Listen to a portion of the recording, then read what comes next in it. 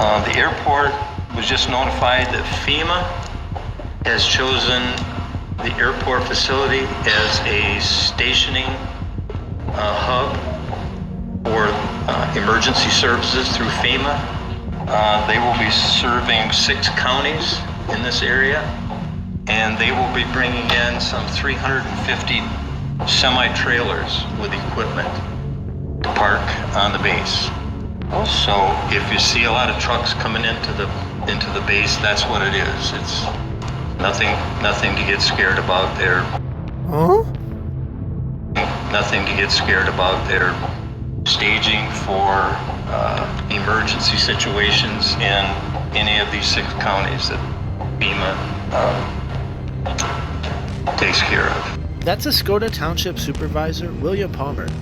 And after his statement in regard to FEMA's potential future operation plans for this community of less than 1,000 souls, there were more questions than answers as to why FEMA was staging 350 semi-trailers in rural Michigan on a deactivated Air Force base.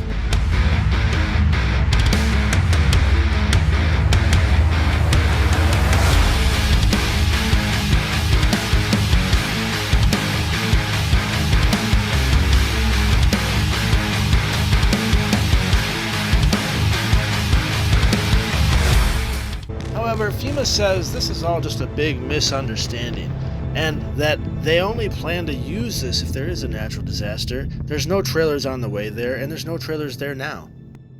Oscoda Township Supervisor William Palmer later issued this statement, in which he acknowledges that he misspoke, and that Wart Smith Air Force Base was only a considered location by FEMA, and that a decision has not yet been made.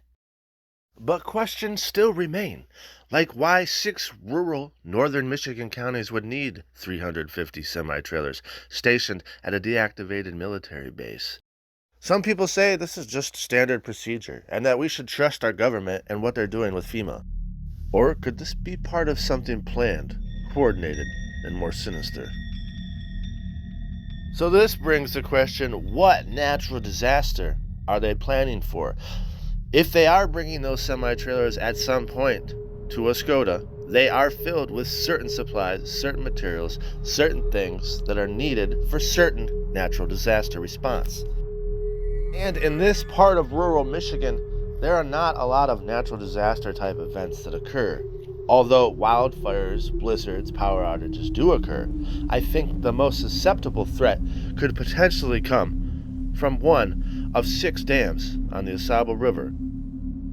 One of 6 hydroelectric dams owned by Consumers Energy, who made a statement this year saying that sometime next year they're going to make an announcement as to whether they're going to invest in the dams or demolish the dams, because they do not even produce 1% of the electricity that Consumers puts out, and it is far too expensive to maintain these dams now, which, I might add, all of these dams on the Oscoda River are over 100 years old. Now, depending on where a dam were to fail, that would potentially create another dam to fail further down the line, eventually wiping out the town of Oscoda that literally sits at the mouth of the Oscoda River. Now, if a natural disaster such as this were to happen, that would place the FEMA staging area just outside of the floodwaters in a convenient location. Nothing to get scared about there. Staging for emergency situations in any of these 6 counties that FEMA takes care of.